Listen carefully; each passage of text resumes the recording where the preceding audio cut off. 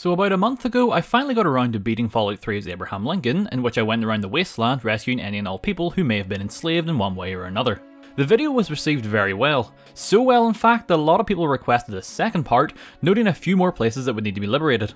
With that in mind, today I aim to truly bring freedom to the wastes as I once again unleash the 16th president to do what he does best. For anyone who hasn't seen part 1 yet, there will be a link in the description and the card up top. So with all that out of the way, let's begin. The adventure picks up 2 weeks after we start Project Purity thanks to the Broken Steel DLC, and so now it's just a matter of deciding where to go first as I travelled across a large portion of the map in the previous slave freeing spree. First up, I decided to go back to the pit to not only check in on those I'd already saved, but also to use the ammo press there to make a few more 44 rounds for the repeater, as I feel it's about to get a lot of work fairly shortly. As you can see, I have a fairly decent amount of ammo and scrap metal to smelt into bullets. In total, we get another 116 rounds. Given the rarity of this ammo, I'm going to try and procure as much other ammo as possible so that I can break it down to 44 rounds, as it will certainly be more cost effective than trying to buy it all. After I leave the pit once again, I decide to head to Rivet City. Last time I mentioned how Mei Wong was a former slave of Alistair Tenpenny, and as such, he got what he deserved. But what I completely forgot to mention was the reason she brings this up in the first place is because there's a slaver on the ship by the name of Sister who she fears has come to get her. Whether or not this gentleman is actually here for Wong or not is irrelevant. If he is a slaver in any shape or form, he dies. Simple as that. I obviously can't risk the entire city turning against me as I have some other business here that I'll get to in a minute, so I wait until night time and sneak into his room while he's asleep, line up my shot, and then give him the goodnight kiss of death. This doesn't appear to upset anyone on the boat. Maybe because he was a slaver? No one can really say, especially not Sister with the whole decapitation thing he's got going on right now. Anyway, as I just mentioned, I have another matter to attend to in Rivet City, and that is finding the Runaway Synth for Dr. Zimmer. If my knowledge of Fallout 4 and this one particular dialogue option are anything to go by, then the way the Institute treats their synths is not that far from slavery, so I'm obviously not going to help him. I instead pay the doctor in town a visit and ask him about the facial reconstruction surgery, as Zimmer believes that the android will have changed his face to avoid detection.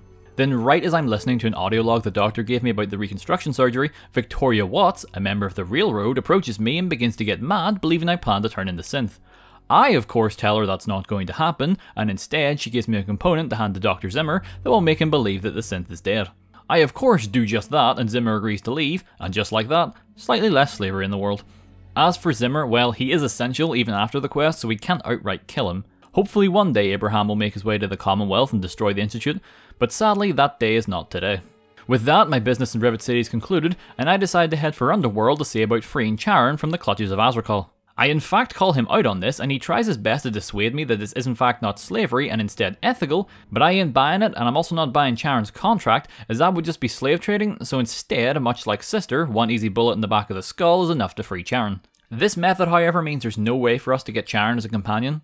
But that's alright, I'm just happy to know that he's a free man, even if he doesn't quite realise it himself yet. No, go talk to Azrakal.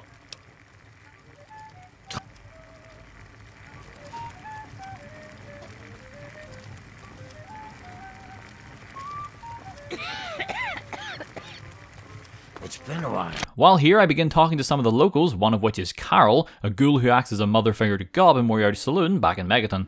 During our conversation, it seems that Lincoln has already decided that Gob is a slave, and as such, that's where we should head off to next. Moriarty, like the majority of us, spends most of his time on his computer, and as such, he is fairly easy to take out. With Moriarty dead and the saloon now belonging to Gob, that pretty much wraps up all of the smaller bouts of slavery in the wasteland, so let's move on to some of the more serious ones. First on the list is heading to Big Town and trying to rescue Red and Shorty from super mutant captivity.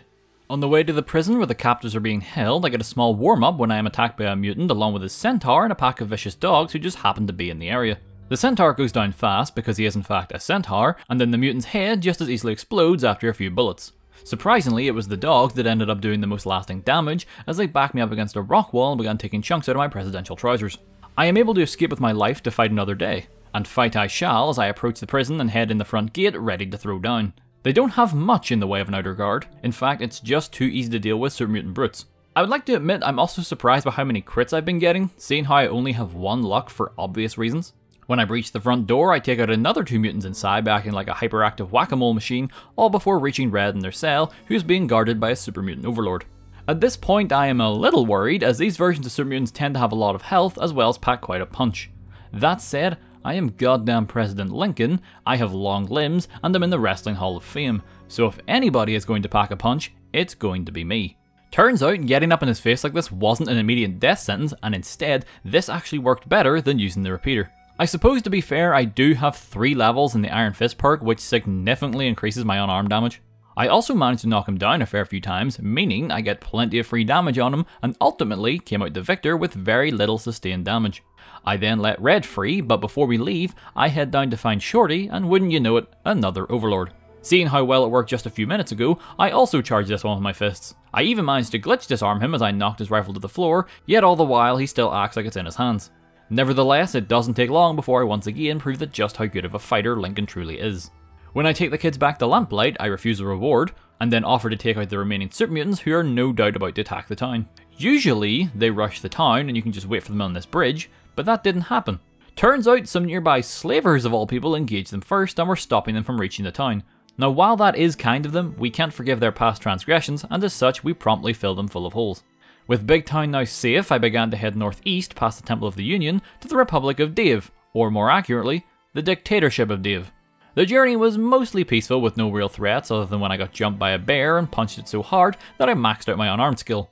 Arriving at the Republic, we get introduced to wacky old Dave and learn about an upcoming election. For the briefest of moments, I thought that it would be punishment enough if I just rigged the election and put someone else in charge, which, by the way, I did.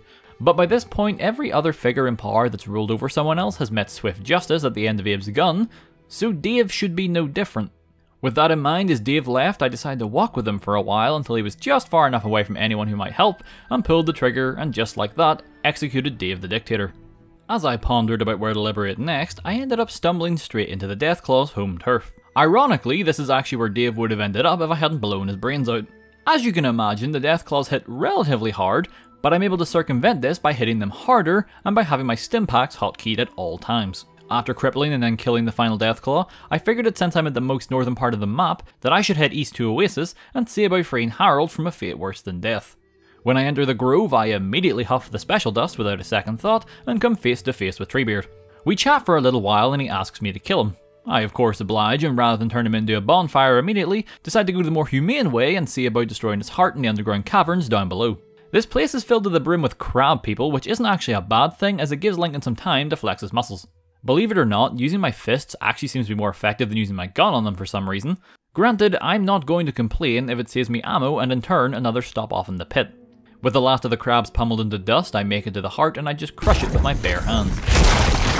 What's actually good about this is by being exposed to Harold's mutation, I have now gained an extra 5% of my overall damage resistance. Considering my only line of defense is a suit and a little top hat, it is a welcome addition to my perks. Having just killed a sentient tree reminds me that I should really go and get an axe as a backup weapon, as it is a very well known fact that Abraham used one to fend off vampires during his presidency. Well, I know of only a single place to get one, so it looks like we're heading to Point Lookout just to increase our arsenal. Almost immediately upon my arrival, I am greeted by the ever-inbred locals who don't exactly roll out the welcome wagon.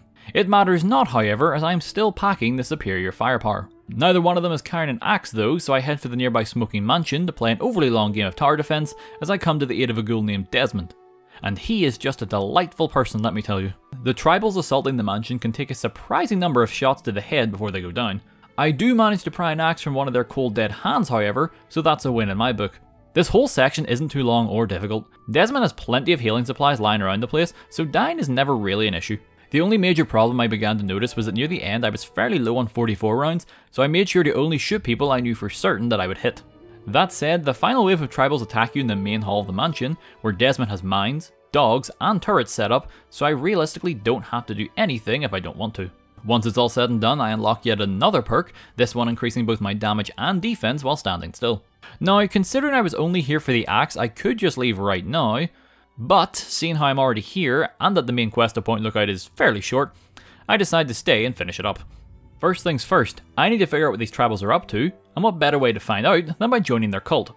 Can't see any way of this backfiring. When I arrive at the clubhouse, the tribal on the intercom tells me that in order to join, I must take part in the ritual of the Mother Seed. Not one to ask questions of obvious crazy people, I begin heading right to the seed. I put the axe to good use on some mole rats on the way. In a not so shocking revelation, I do barely any damage with it. This is because I haven't put a single point into melee weapons so far in this run, and I'm over halfway to max level. So, this coupled with the fact that I have just over 30 bullets left of the repeater, with no obvious way to get more that doesn't involve me paying the absurd ticket tax to get home, I decide to just ignore the majority of the enemies on the way to the ritual. This also includes the Mirelurks that are inside the area with said seed. I feel this is important to mention because much like with Harold's hippies, I take a nice big whiff of some psychedelics and pass out. Now what is supposed to happen is you then get back up after a few seconds and then walk back the way you came and see all these crazy hallucinations.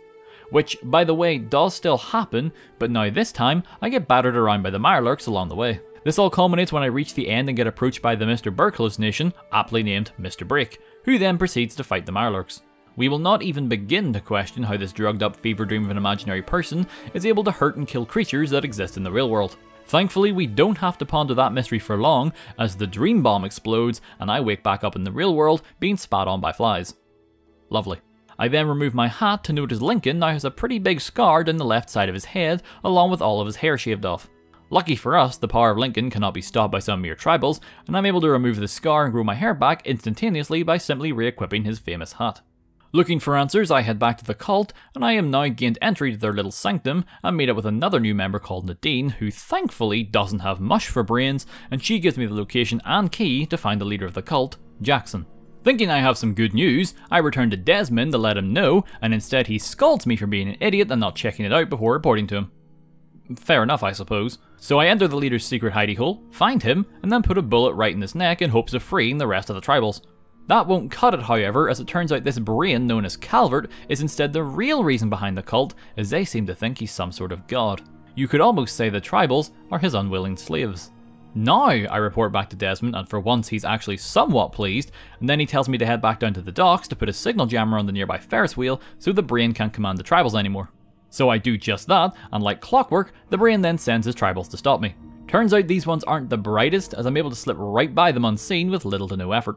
On my way back to Desmond once more, and the mansion decides it wants to be here, there and everywhere and just explodes. This annoys Desmond as the explosion killed both of his dogs, but it turns out it's not all bad news as he figured out that the brain is in the lighthouse, so we head out to end this once and for all. In another spot of good news, in Desmond's panic room he has more 44 rounds, so I was able to grab those and could easily push my way past all the robots and turrets on our way to Calvert. When entering the room with Calvert, the game clearly wants you to talk to him, but I already know I'm siding with Desmond, so I use the element of surprise to get a few shots off on his container before he starts sending Protectrons after us. There's actually no point fighting the robots, as taking out Calvert also shuts them down, so I just hard focus on him until the casing explodes and I finish Point Lookout. I then chat to Desmond one final time before he gives me a key to an armory of things I can't use, and then I head to the boat to go back to the wasteland. But wait, it turns out that Tobar the ferryman was responsible for that nasty scar on my head along with stealing part of my brain, so I gave him what for and then returned to the capital wasteland. Before doing anything else, I head back to the pit and melt down all of the ammo I'd collected since I was last there, and to my surprise and joy, it allowed me to craft 275 more bullets. I may have also tried to melt down part of my brain, but that's neither here nor there. By this point, the capital wasteland itself is free of slavery. So, with that in mind, I'm going to go to the one place that is yet to feel the wrath of the great emancipator. Space! Our galactic conquest to free all sentient life isn't off to the best start as we get abducted, probed, and then thrown into a holding cell. Well, when we come to, we get to meet Soma, another captive who just happens to be in the same cell with us. We then concoct the brilliant idea to start fighting so that the guards will come to break it up. Given how many people and mutated creatures I have punched into a fine pace by this point, I've got to hand it to Soma, she can certainly take a hit. Sure enough, after a while the plan works, and now it's time to start killing. Bar the occasional alien that might have a shield, I'm able to mostly take them down in 1 or 2 hits. When we make it to the second area of the prison, we meet a kid named Sally and I free her, because of course I do. This is accomplished by destroying this nearby power core by activating these 3 coolant systems that surround it. Sally then repays this act of kindness by acting like a minifigure from LEGO Star Wars, as she crawls through small spaces to open doors and such for us. In the very next room, I can bully another alien to death and loot the nearby container in order to get back all of my belongings, which if I'm honest, kind of trivializes the entirety of this DLC. The aliens in the Steamworks really weren't ready for the 16th President of the United States to bust down the door with an axe and cleave all of their heads off. But to be fair, I'd be very concerned if that was something they had planned for. In the more open areas and corridors, I tend to get a lot of good use out of the repeater, as the majority of them can't just shrug off a bullet to the head. Given the character I'm playing as, believe me, the irony of that statement is not lost on me. After leaving the Steamworks, I unfreeze the nearby cryopods and gain the assistance of a soldier, a samurai, a cowboy, and the world's worst astronaut as he died before he got to explore space. The next segment is fairly repetitive, like the majority of this DLC, so I'll try to go over it rather quickly. I need to head to 3 different areas of the ship, those being the robot assembly, the hangar, and the cryo labs. Now, while each area looks visually different with the robot assembly having robots, the cryolab having ice, and the hangar being boring, the objective in each is the same. Kill a bunch of aliens and robots in your way until you reach one of the parkours I mentioned earlier, then destroy it and then move on to the next area. Rinse and repeat this 3 times until you're ready to move on to the next stage of the DLC. Once all 3 areas are cleared, Lincoln dons the astronaut gear to go push buttons outside the ship, ponder what Starfield might be like, and then re-enter with a burning passion to once again kill more aliens. The Prophet of Regret then threatens to glass the Earth, so it's up to me to fight my way further into the ship to stop their great journey. I should mention during this slaughter in the name of freedom I have managed to level up enough times to max out my melee weapon skill and actually make that axe an effective weapon, just in case any of you are wondering why I'm even bothering to use it. This is now pretty much the end of our adventures across the stars, as there's only 2 main combat scenarios left before it's over. The first one takes place in a fairly large room with, you guessed it, more power cores to destroy. All the while, there are more aliens running amok. Short and to the point, they do not survive the encounter. The final room I reach of the ship is of course the bridge, along with the captain and the last of his crew that I have yet to viciously murder. If you thought they were going to put up more of a fight than all the other aliens, you would be wrong. Upon immediately setting foot on the bridge, I used VATS to take out all but one of them, including the captain, and then proceeded to finish off the lone surviving alien with my axe. Once that's out of the way, the rest of my crew step in, and it's time for a space battle. By which of course I mean I stand here and push this button every time it lights up to fire a laser until the enemy ship explodes, and then just like that, boom, DLC finished. With the aliens defeated, every slave I'd set out to free has been saved. I did also try to go back and see about doing the Return to Vault 101 quest, in which you decide the fate of the vault and all its inhabitants. But either the game is glitched, or I waited too long, as I never got the radio signal that begins the quest, and I also can't interact with the door to just open it. For curiosity's sake, I paused the challenge and turned off collision to poke my head in and see how things were going. But it seems that it's still stuck in the same state as it was during the escape quest, so sadly there's nothing I can do. Not wanting to end the video on a sour note, I decided I would do one other task which was highly requested, which is becoming like my favourite idol and banana cushion Nicolas Cage and stealing the Declaration of Independence. If you remember from part 1, I already found the National Archives, so at the very least I don't need to go wandering around the ruins of DC like an idiot trying to find it. When I make my way inside, I meet up with another Cage fan also trying to reenact their favourite movie and help her fend off against a wave of super mutants. Now, either because my luck is at 1, or maybe I've annoyed Todd on some level, the game decides to just keep throwing super mutant overlords at me. From my own personal experience, they usually don't start spawning this frequently until you're past level 20, as they were introduced as part of the Broken Steel DLC when they increased the level cap as to give the players some harder enemies to deal with. On the bright side, they are no more intelligent than the ones we faced earlier in the police station. So once again, just getting right up in their face and giving them the tried and true powered presidential punch is more often than not enough to knock them down and make them easy pickings. Sydney somehow managed to survive the encounter and proved to be a great help in dealing with the rest of the mutants on this floor before her untimely death at the hands of a landmine. To honour my fallen comrade, I push on through to the point where the mutants get replaced by sentry bots and robobrains. Turns out, much like the overlords, they don't really have a strategy for dealing with you when you get up close with a melee weapon, so I just used my axe to deal with them until I arrived at the end and met with the robot pretending to be Button Gwyneth. He stands between us and the Declaration, and while I could pretend to be Jefferson and retrieve the documents that way, let's not forget I am Honest Abe, meaning I cannot lie. So instead, I offered to face him in an honourable duel and come out the victor with my axe and secure the Declaration for America. I then take it back to Abraham, Washington for safekeeping, and with that, complete Lincoln's journey in the capital wasteland. That said, I hear the Mojave has a problem with slavery, so maybe we should go check that out. A few moments later. Well, this is a bit of a sticky situation, but you know what might ease the tension? That's right, it's time for Abraham Lincoln fact number 4. Did you know John Wilkes' brother Edmund Booth once saved Lincoln?